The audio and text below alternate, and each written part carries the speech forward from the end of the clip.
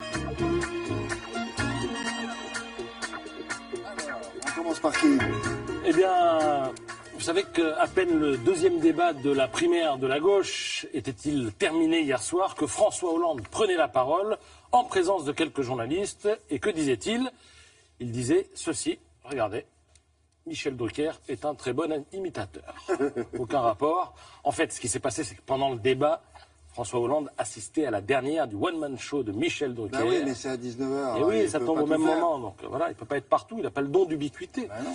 Et si j'en crois l'article du Parisien ce matin, et si j'ai bien compris, en fait, pendant le spectacle, Laurent Gérard est monté sur scène pour expliquer à Michel Drucker comment imiter François Hollande, lequel était dans la salle. Et alors le Parisien explique que Gérard a pris la cravate, il l'a mise de travers, il a remonté une manche sur deux. François Hollande, à la fin, était debout, il applaudissait comme toute la salle. Il a apprécié et on lui a dit le débat, il a dit je regarderai en replay.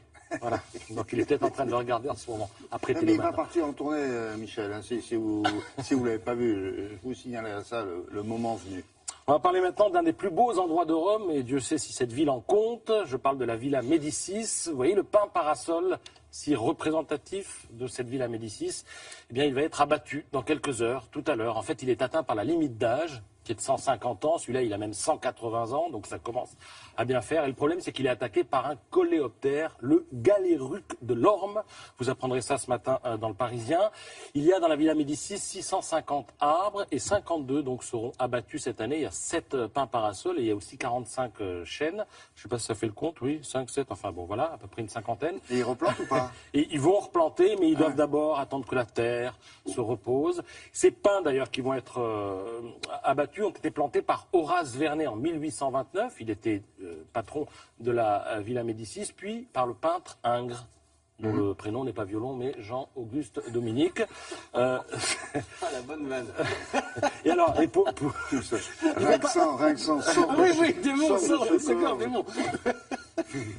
Alors, et vous savez qu'on ne va pas abattre les pins parasols comme ça à la Villa Médicis. On sait faire les choses, il faut que ce soit un happening, que ce soit une performance artistique. Ouais. Donc en fait, il y a un artiste français qui va procéder au démontage artistique. Il a une équipe d'élagueurs qui est avec lui. Il va y avoir une chorégraphie à la fin. Il n'y aura plus d'arbres, les branches seront tombées une par une. Ça va se passer aujourd'hui, ça commence aujourd'hui, ça va se poursuivre toute la semaine. Il faudrait qu'on ait les images pour demain alors. Hein? Ah bah oui, vous pourriez, là, il faut appeler Rome. Là. Vous donnez, bonjour. Il faudrait qu'on ait les images demain à la même heure. Alors. Sur le site de la Villa Médicis. Oui, ou alors on appelle Gérard Roth s'il habite là. Ah bah oui, voilà, il pourrait. Hein? D'accord. On s'en va? Il faut s'en aller. Bon, okay. Je voulais juste vous montrer. Demain, je reviendrai avec la une de Elle. Il y a Leila Slimani. C'est passionnant, mais ça prend un peu de temps. Donc demain, je vous en promets. C'est la première fois qu'une femme écrivain fait la une de Elle et une très belle interview dont je vous parlerai demain. Voilà. Merci.